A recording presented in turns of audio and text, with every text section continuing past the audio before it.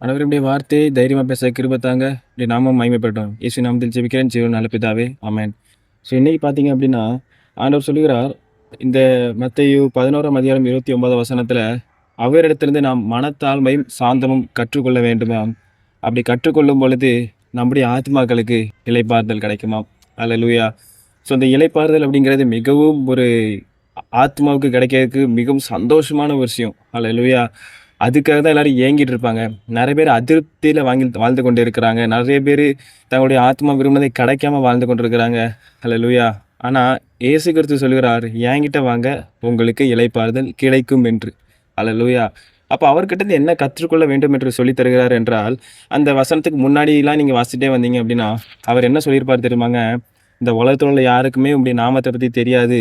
ஆனா நீர் யாருக்கு வெளிப்படுத்த சித்தமா இருக்கிறீரோ, குமாரனும் யாருக்கு அவரை பத்தி வெளிப்படுத்த சித்தமா இருக்கிறாரோ அவங்களுக்கு வெளிப்படுத்துவாராம்.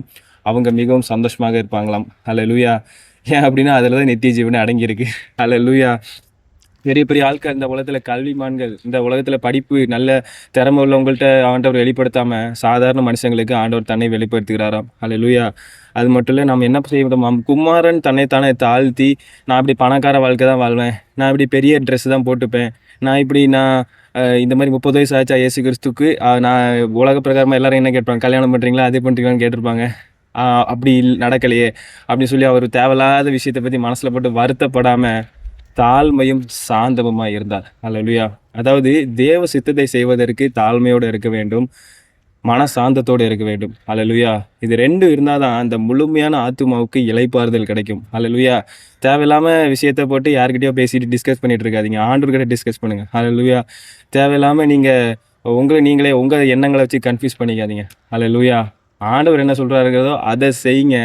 100% ரிசல்ட் அவர் தருவார். அல்லேலூயா. உங்கள் ஆத்மாக்களுக்கு இளைப்பாறுதல் கிடைக்கும். அல்லேலூயா. அவருக்காக என்ன செஞ்சீங்களோ அது மட்டும் தான் நிற்கும். கொஞ்சம் லேட்டாக கல்யாணம் பண்ணாலும் பிரச்சனை இல்லை, இல்லை கொஞ்சம் லேட்டாக பிளெஸிங்ஸ் வந்தாலும் பிரச்சனை இல்லை, கொஞ்சம் லேட்டாக எது வந்தாலும் பிரச்சனை கிடையாது. இழந்து போனதையுமே ஆண்டவர் திரும்ப தந்துடுவார். அல்லேலூயா. ஆனால் அவரால் கொடுக்க முடியாதது என்ன அப்படின்னா, நீங்கள் இழந்து போன ஆவிக்குரிய வாழ்க்கையை வளர வைக்க முடியாது. அல்லேலூயா. ஒரு 5 வருஷம் நீங்கள் அவரை விட்டு தூரம் போயிட்டீங்கன்னா, அந்த 5 வருஷம் ஆவிக்குரிய வாழ்க்கையை யார் வளர வைப்பா? அல்லேலூயா. யோசித்துக் கொள்ளுங்க. அவரோடு இருக்கிற உறவு தான் மெய்யான உறவு. அல்லேலூயா. கதை தான் எங்களை ஆசீர்வதிப்பாராக.